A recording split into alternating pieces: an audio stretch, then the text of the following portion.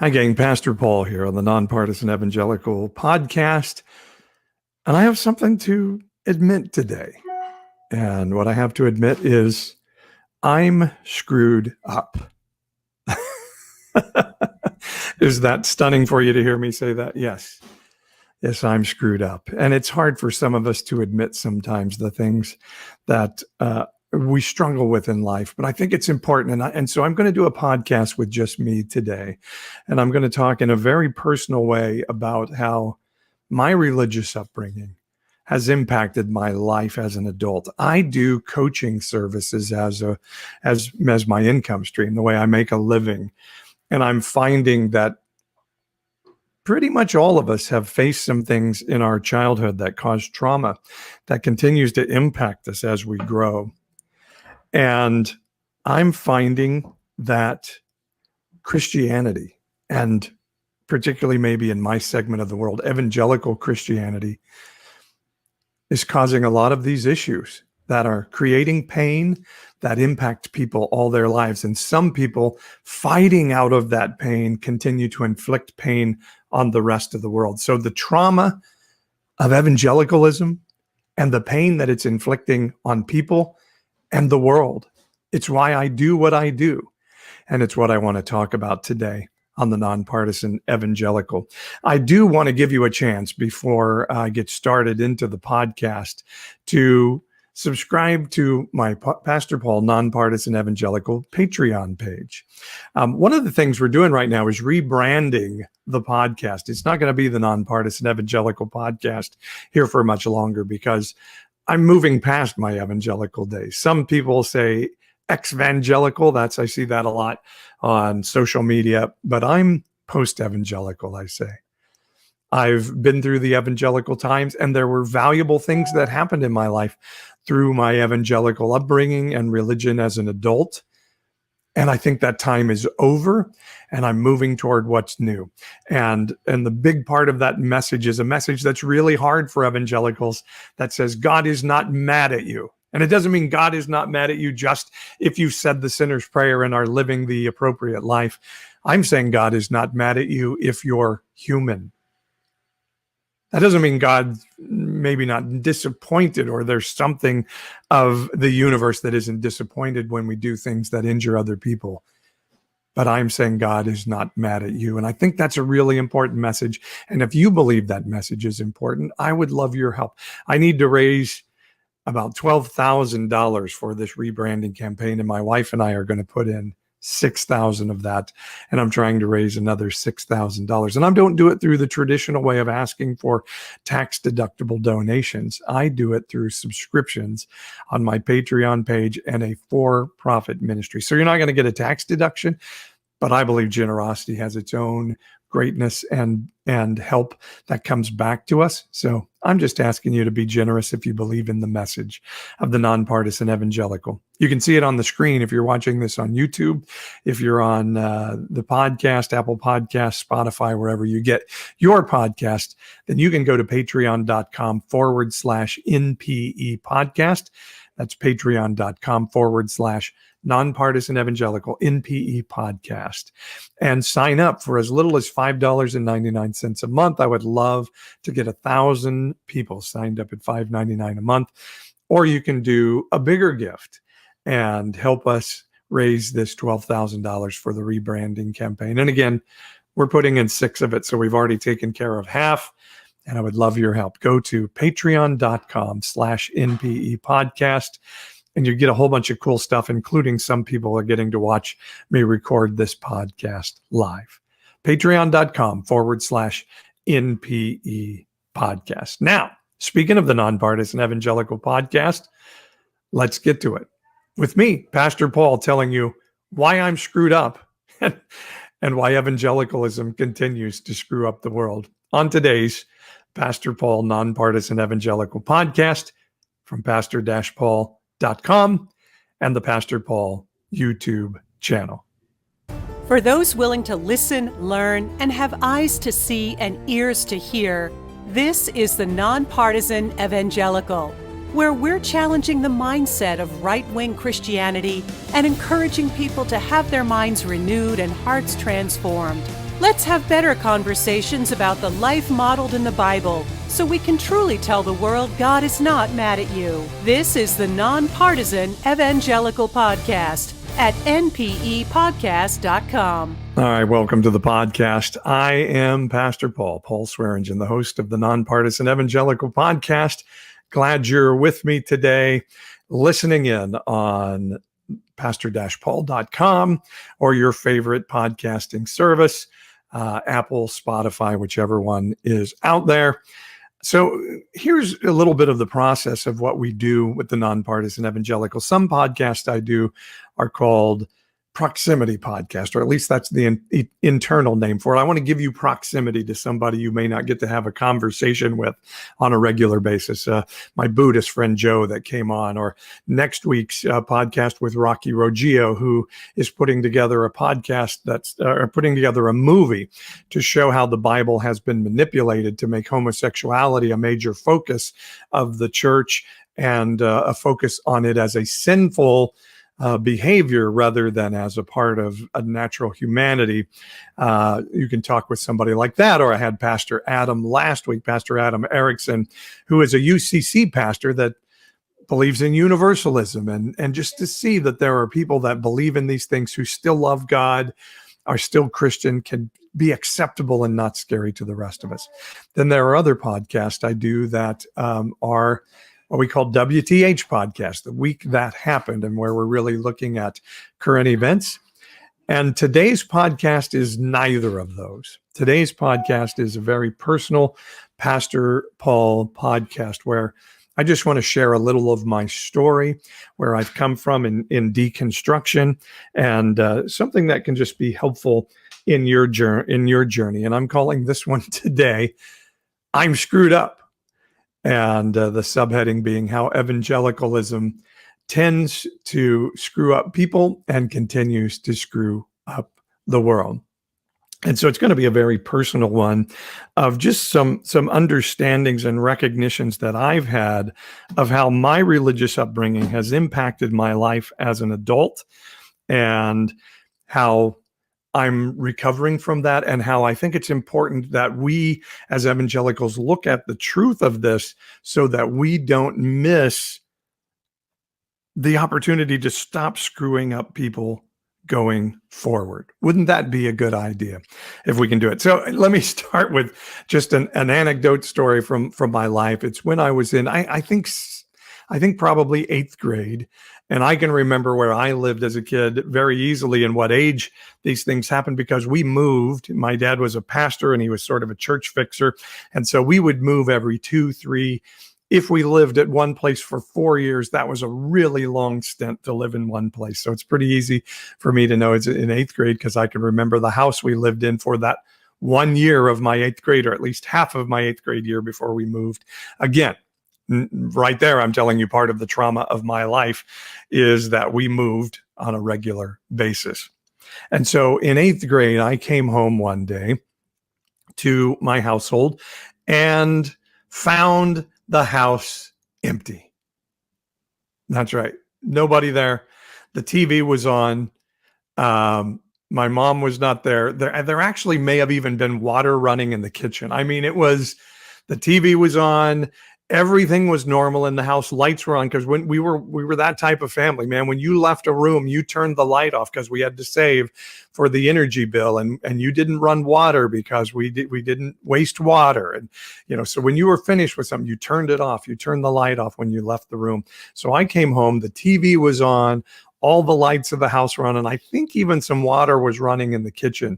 And so I grew up in a household that believed in rapture, pre-trib rapture theology. In fact, it was talked about, I would say, in 99.7% of the services we had.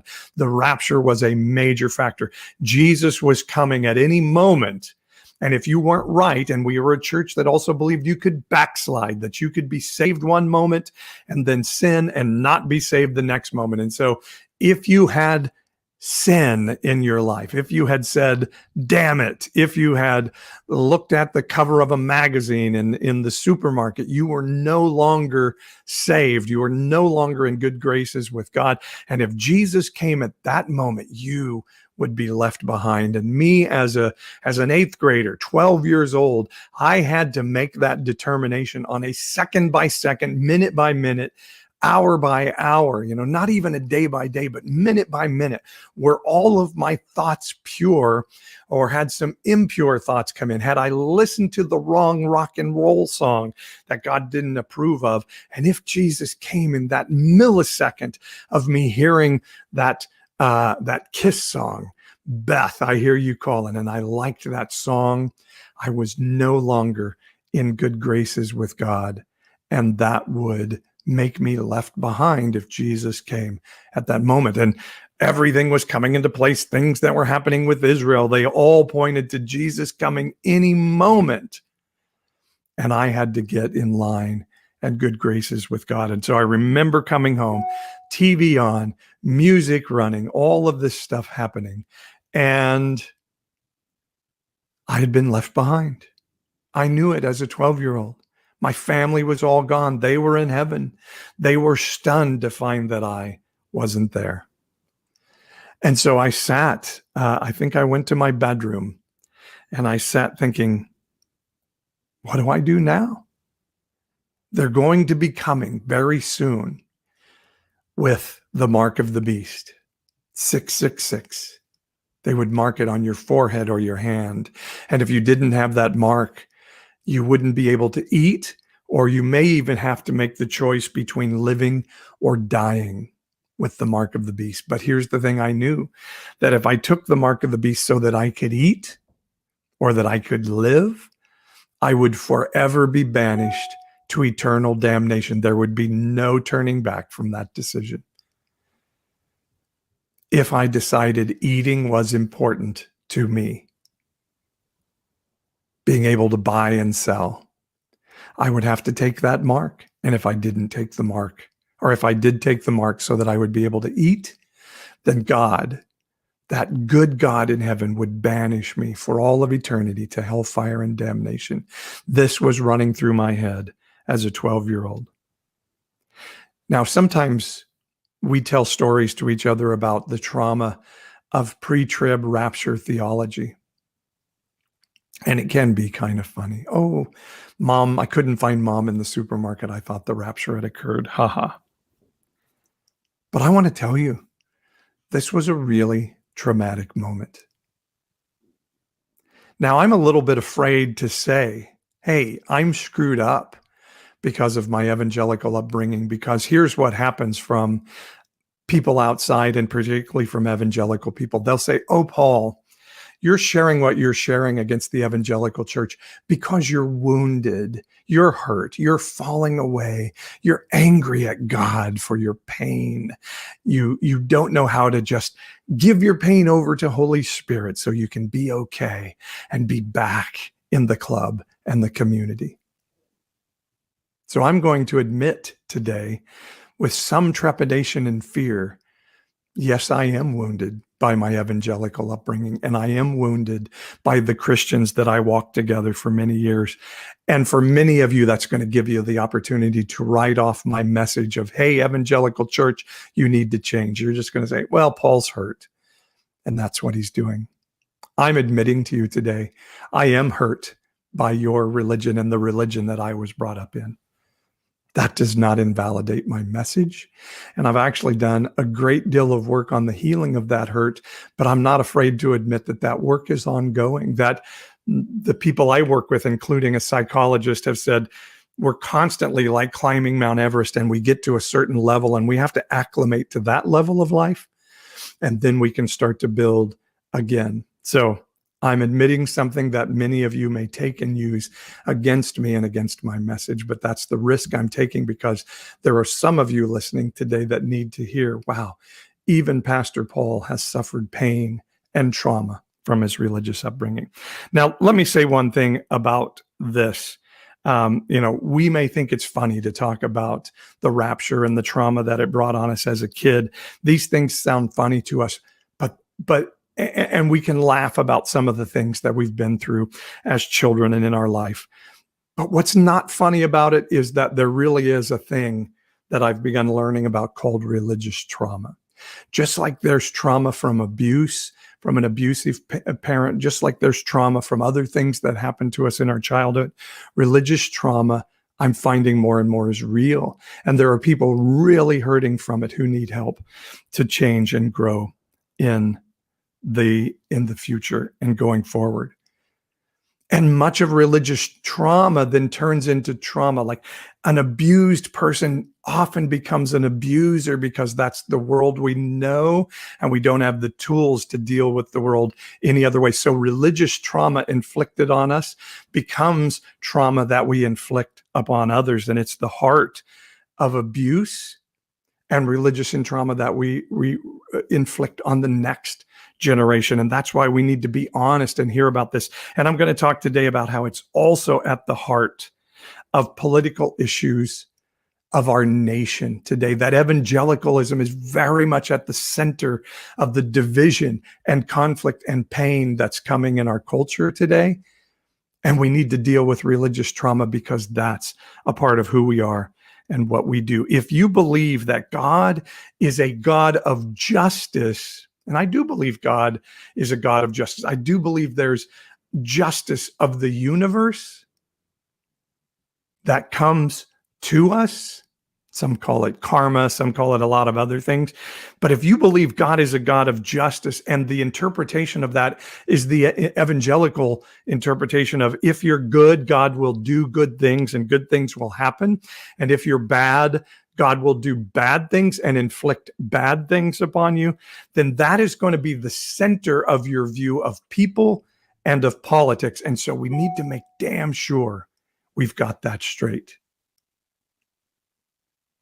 So what is the view of a God of justice? And what is our view of religious trauma? It's a really important thing to point to and to learn about. And that's what I'm talking to us about today. So I want to start about the trauma of religious the trauma of religious trauma, I guess, which is kind of a circular term.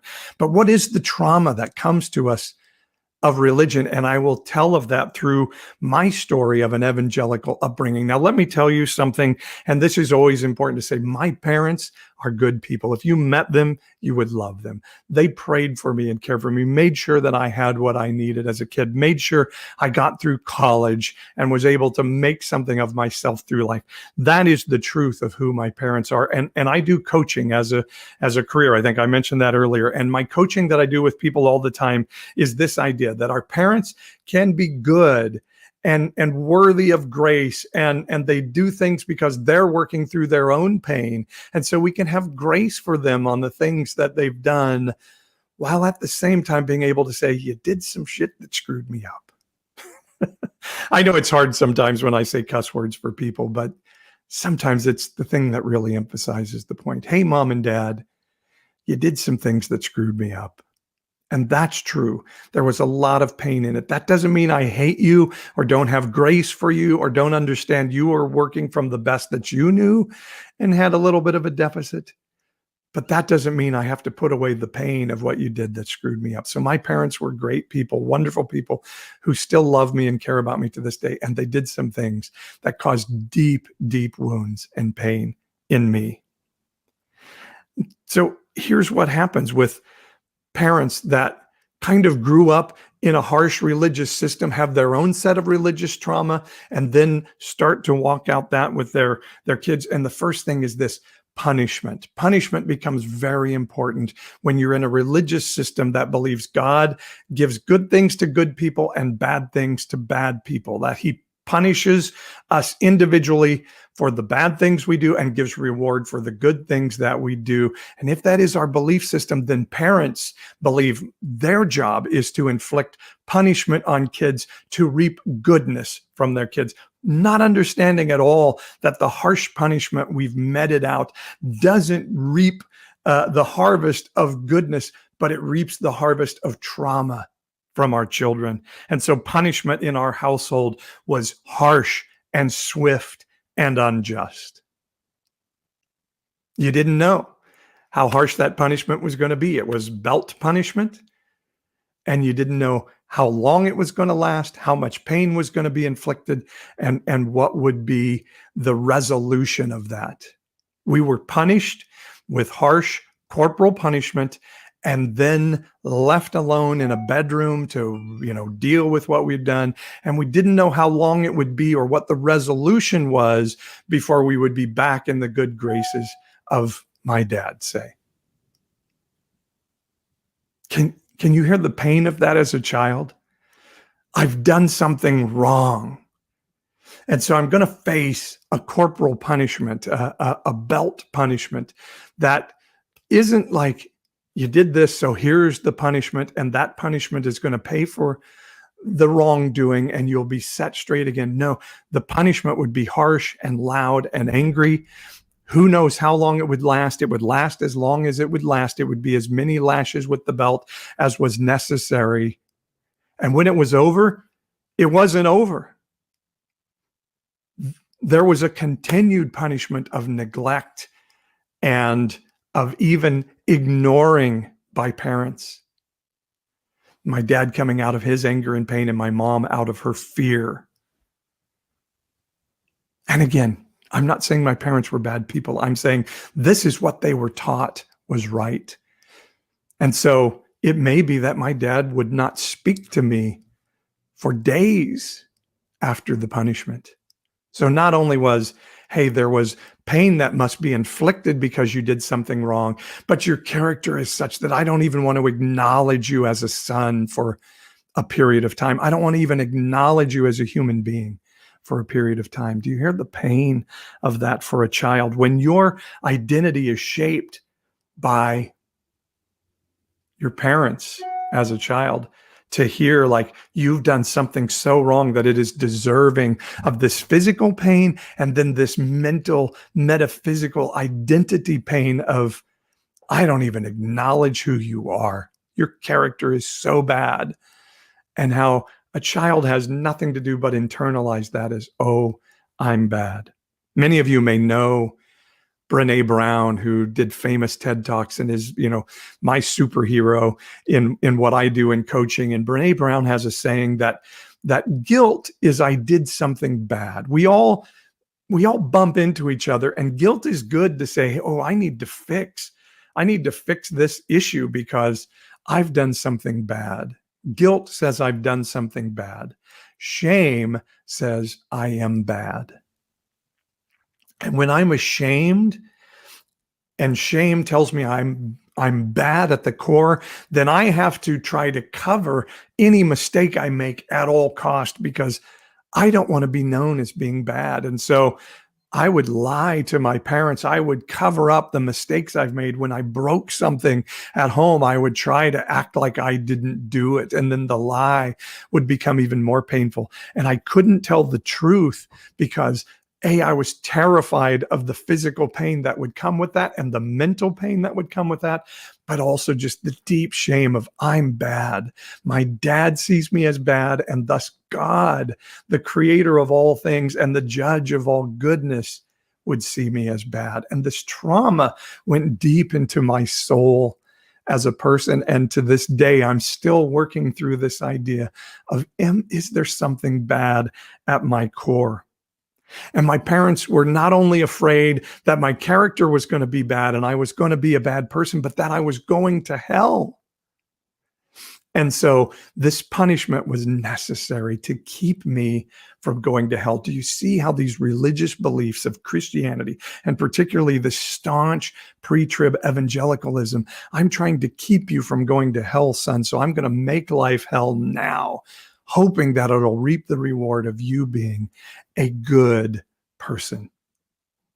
And if sin becomes saying, darn it, having hair that's too long, wanting to go to a dance with a girl, wanting to see a movie at the movie theater, if that is what sin becomes, if sin becomes, oh, I looked a little too long at this magazine in the magazine rack at the supermarket, if that's what sin is, then shame is easy to come about because there's so many ways you can falter and sin and set yourself up to be left behind.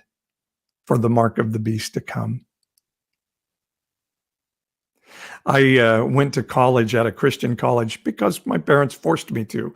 I didn't want to go to the school, but they forced me to try to save my soul, and for some other reasons too. But ultimately, I think it was like, Paul's a bad kid. We need to get him saved. And so let's send him to a Christian college, as so many Christian families do.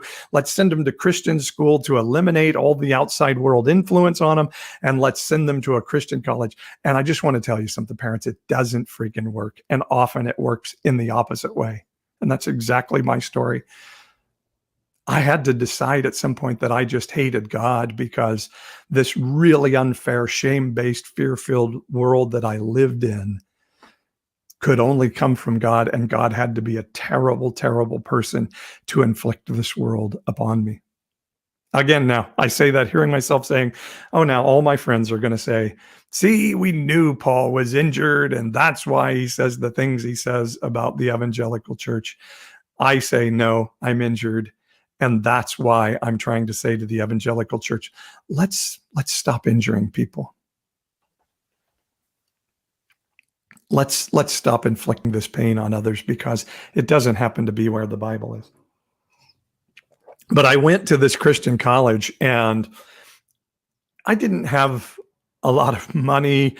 My parents provided what they could, but college was a little bit rough. And so I found a way to get a fake lunch stamp so that I could eat on campus, even though I lived off campus. And it was theft of food, and it was wrong. There's no question about that. But I did it because I was hungry. and I would hope that would be okay.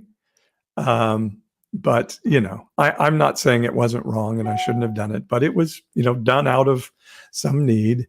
And so I got caught, and I had to go to the dean's office at the school.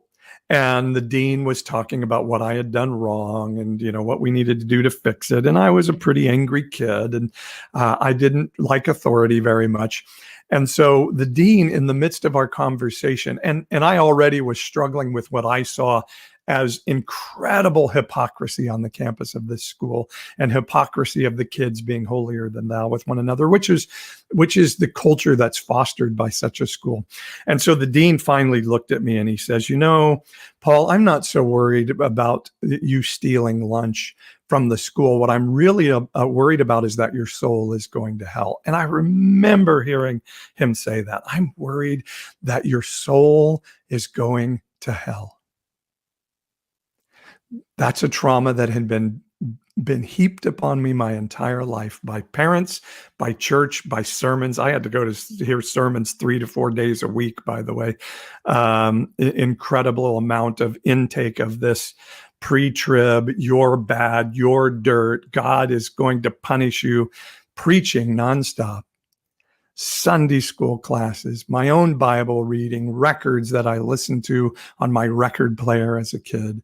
And when I heard that dean say, I'm worried that your soul is going to hell, something in me really sort of snapped around that.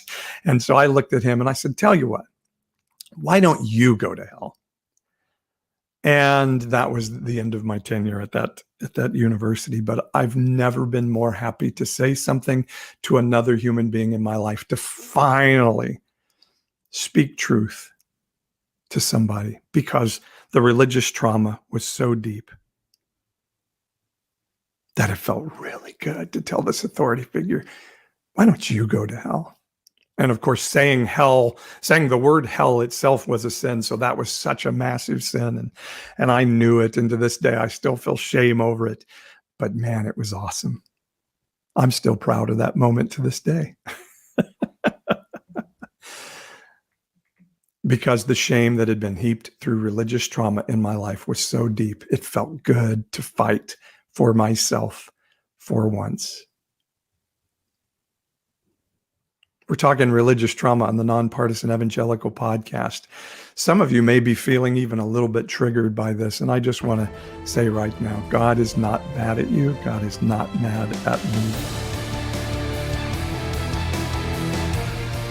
And you have been traumatized by religion, and it's okay. there are solutions, and we'll talk about that more in just a bit.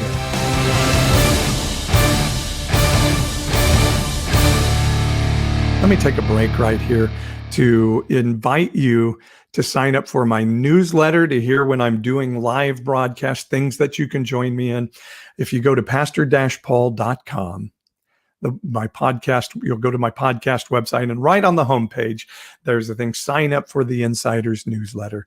And if you sign up for the Insiders newsletter, you'll get my schedule every week. You'll get special blogs that you can't read anywhere else of thoughts from my desk and a whole lot more, and just be a part of the Pastor Paul nonpartisan evangelical community, or as I'm starting to call it now, the post-evangelical community with Pastor Paul. So that's pastor-paul.com.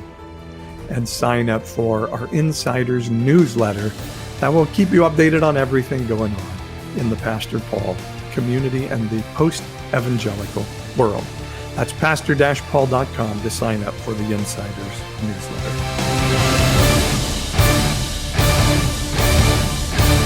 So what I started talking about today is how evangelical Christian religion inflicts trauma through bringing the shame-based feel of religion.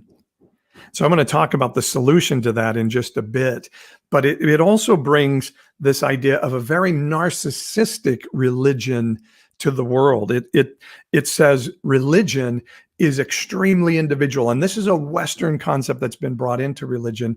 So it's a very narcissistic existence. I am a shame-based person. All of good or bad that happens to me and people around me becomes about me. And if I'm shame-based and then narcissistic, then everything becomes about maintaining my world so God will be okay with me, and that may be to the exclusion of you. So part of what it does is means I start to defend what I believe in my tribe, because we have to be right and you have to be wrong, because if I'm not completely right and some of you is right, then all of a sudden that shame kicks in, and it's not like, ooh, I believe something wrong. It is, I am wrong. Ooh, I didn't believe something bad that needs to be changed and altered, but it's rather, I am bad and I can't be bad. So I have to be right, and my tribe has to be right, and you and your tribe have to be wrong. It's very narcissistic. And then when you connect that with evangelicalism, that I have to evangelize you into my belief system, but then there's these stories in the Bible that say, if you go to somebody and they reject the message, shake the dust off of your clothes and clap your heels at them and get the heck out of there. That gives me the ability to write you off as a human being. You know, those poor people over there, they're poor because God's favor isn't on them because they've done bad things, and they're bad people. The interesting thing about that, really, and we don't enunciate that out loud as evangelicals, but deep down we believe it. I hear it from people in ways like this of like, well, if those people didn't have so many children out of wedlock, they wouldn't have the problems that they have. If those people would just comply with police officers, they wouldn't have the problems they have. If those people, this is the underlying message, weren't sinners, they wouldn't have the problems they have. And so I don't have to fix those problems for them. I don't have to be a part of fighting to change systemic racism, systemic economic inequality, all of these things in my community, because salvation and religion are individualistic between me and God. And so if those people are having a problem, it's because they've done something that has made them out of alignment with God. And because my alignment is good and I fought to defend my alignment and I'm right and they're wrong, I can shake the dust off of my clothes and my hands, shake my sandal at them, throw a curse on them, and I am no longer responsible for them. And now I just hope that Jesus comes any moment, takes me out of here, and brings his revenge on those people. You see how it becomes very self-centered and narcissistic? And then because it's shame-based, I have to defend my rightness for a whole lot of reasons, because I don't want to go into shame, because my side needs to be right, and I need Jesus to come and take me out of here and leave those people behind. This is the trauma we're inflicting on the world. And then probably you can see the tie then into politics, of particularly right-wing politics, of like, well, it's really all about me and my family. And if I'm taking care of my family and I'm providing for my family, and those people can't provide for theirs, that's a them issue, not a me issue. That's not my responsibility. It becomes very narcissistic and self-centered, our salvation and our salvation process, totally missing what Pastor Adam Erickson was talking to us about in my podcast last week, that God actually judges corporate nations and their kings. That judgment of the Bible is a corporate judgment. Did you, as a corporate people, care about the poor, the foreigner, the outcast, the widow, the marginalized, those that are put outside, the people that aren't of your race and religion? Did you love your enemies as yourself, or did you declare them enemies of God and shake the dust off your clothing for them? We miss this corporate message of the Bible a lot. Jeremiah 29:7 says, pray for the welfare of your family, for in its welfare you'll find your welfare. Guys, I do believe there's going to be a time of a second coming of Jesus, of a reconciling of this eternalness of our spirit with this finiteness in this humanness. But it's not Jesus coming again to fight war against people, but it's a reconciliation of heaven and earth in this reconnection of the eternal with the finite. In other words, Jesus isn't coming back for a war. He's coming back for a wedding with the bride of Christ, right?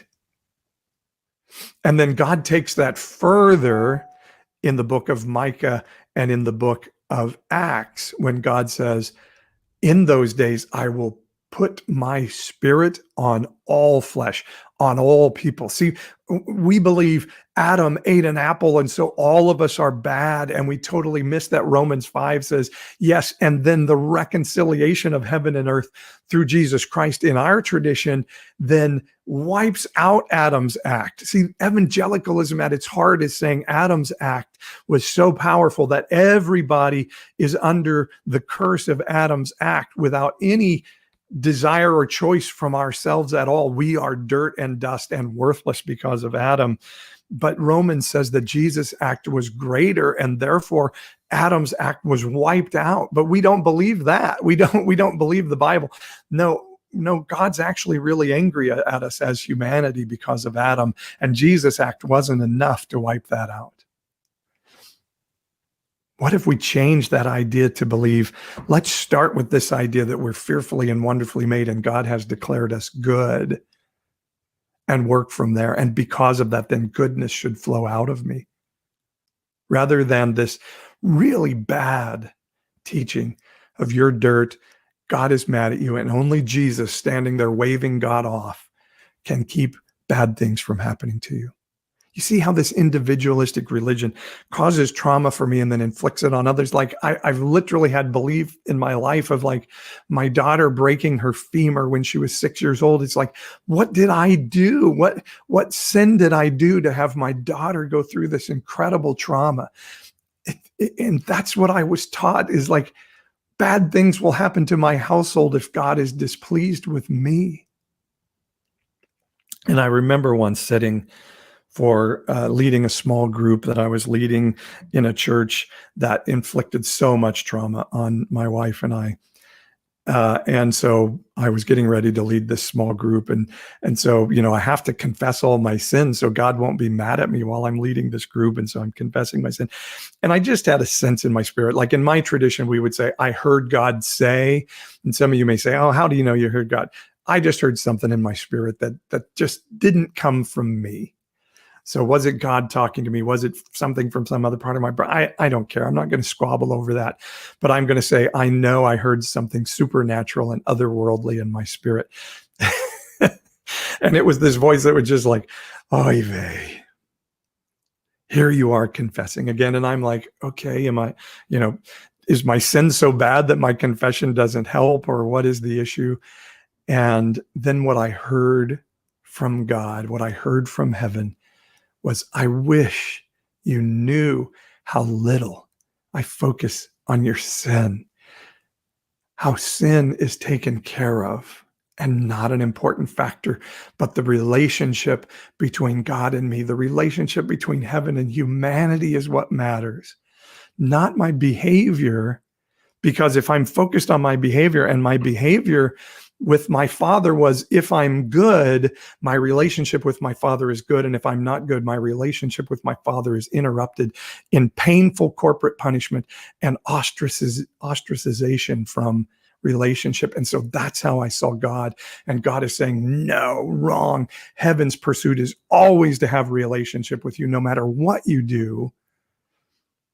And our religious trauma of hell and punishment and God's justice keeps us from being able to understand, like, I'm connected to heaven and I'm good. And because of that, generosity and goodness can flow from me to other people.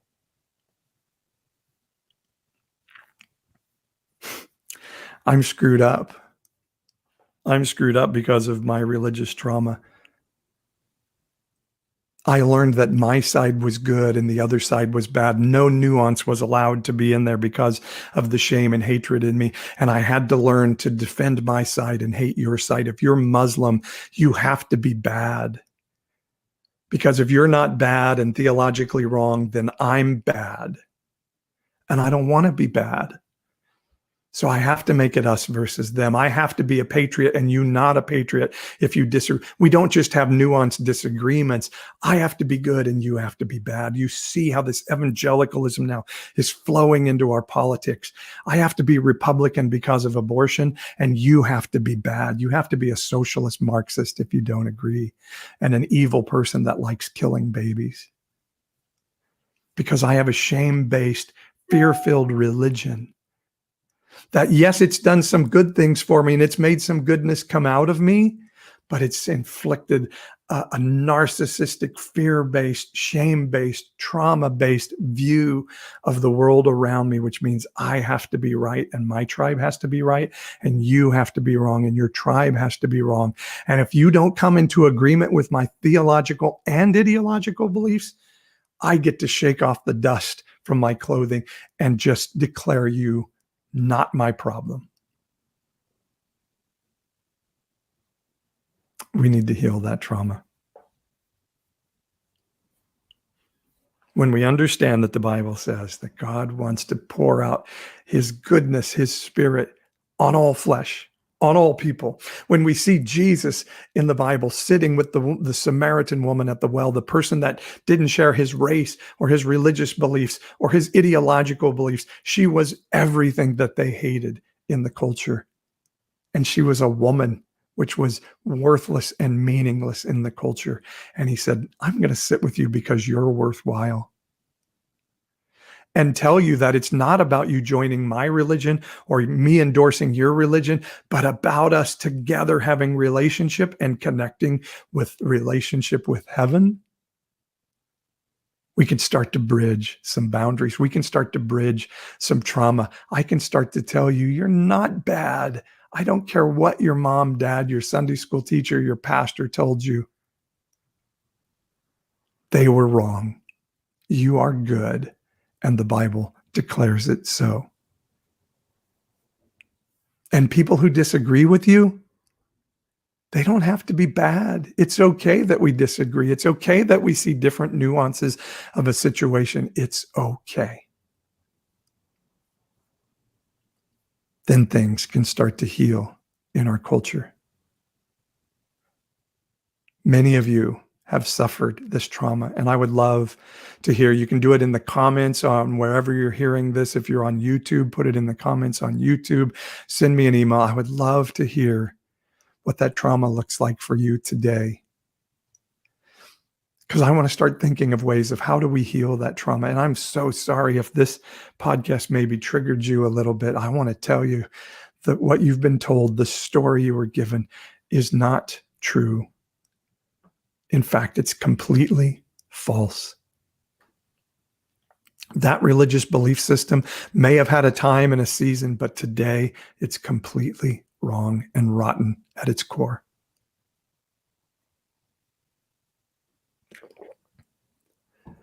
And if you and I work hard together to get healed up from that trauma and start to understand our goodness and our value, we can pour goodness and value out for others, even those that don't look by our religious tradition to deserve God's favor.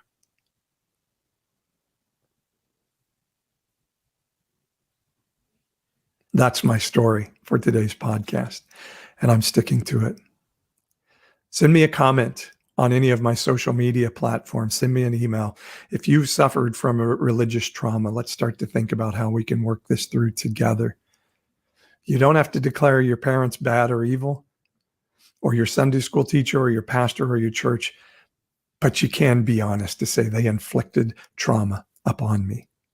That doesn't make me wrong or bad or speaking out of wound. In fact, it's the evangelical church that's speaking out of trauma and wound because they have to be right. If any part of their belief system isn't right, they are bad, and God will be angry at them and he will inflict punishment upon them. Maybe even the punishment of eternal fire and damnation and separation from love. It's a terrible theology and traumatic to kids. You're not going to be left behind. In fact, you're amazing. God is not mad at you. Thanks for listening. We'll see you next time on the Post Evangelical Podcast with Pastor Paul at pastor-paul.com.